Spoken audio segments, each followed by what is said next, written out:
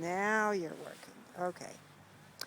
Here we are at the start of the labyrinth. Directly to my left is the mandala tree that's going to be created beautifully.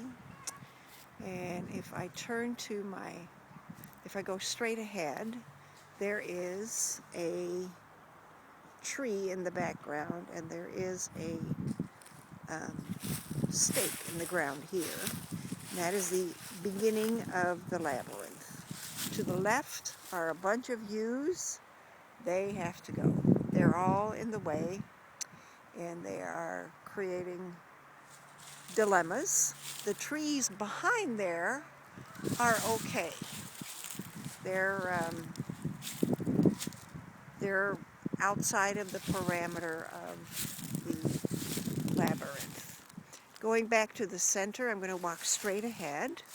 There is an iron stake near the tree. That is as near as I can tell, probably the exact center of the labyrinth. The tree is within the circle. I anticipate a circle of about 4 feet. That's kind of snug. We may have to extend it a little bit and make the path just a little narrower. We'll see. This is still, of course, in the planning and working stages. To my left, where the U's are, that are all going to be removed because they're in the way. Back behind there, you'll see a stake. That stake is the farthest parameter of the labyrinth over there. That little tree next to it probably needs to go, but the little one back there is okay. There is, however, a tree here that we have to make a decision on. It is actually, I have another stake over there to give you an idea of the parameter. So it's actually, this big tree is within the labyrinth parameters that we had established. And Sherry and I had talked about the removal of this tree. If there is great objection to that, we will find a way to work around it and incorporate it into the labyrinth in one form or another. But these U's need to go.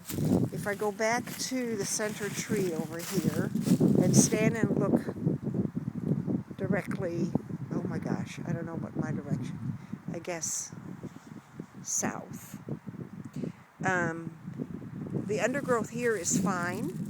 I have another stake planted right here in front of these U's, and these U's are not in my way, are not in the way of the labyrinth, and they certainly provide some protection from our neighbors, so these ostensibly could stay.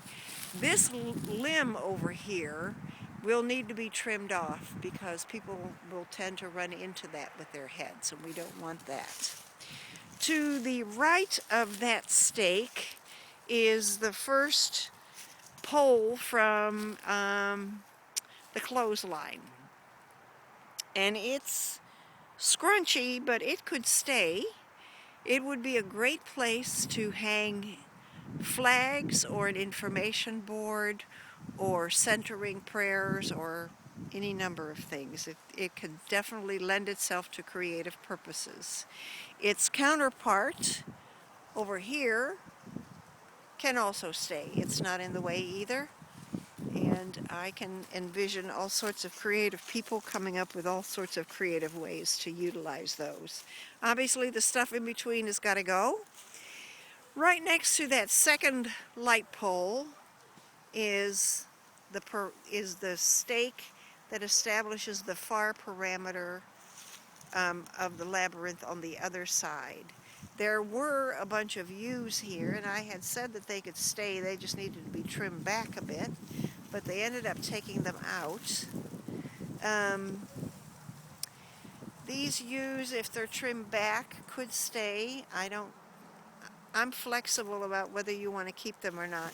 I know that over in this area, we need to plan on some sort of tall shrubbery to shield the labyrinth from the road and the road noise. And obviously the bricks and things that are in here have got to go. So that's kind of, and we also have on the ground this stump. we can leave it and incorporate it somehow or other if you'd like. My concern is that it could be a walking hazard for people, because when you get into the labyrinth mode, you forget where you are, and we don't want anyone tripping over it. So, and also if we expect to make the labyrinth handicap accessible, it will definitely be in the way. So anyway, then you turn back around and there we are at the stake that starts it all, which is over here. It's a wooden one. The other stakes are iron, but I don't have any more iron stakes. So hopefully this gives you a good idea of the space that we're dealing with. And I'm hoping that this video takes. I'm going to put it on YouTube so I can send it to you. Okay?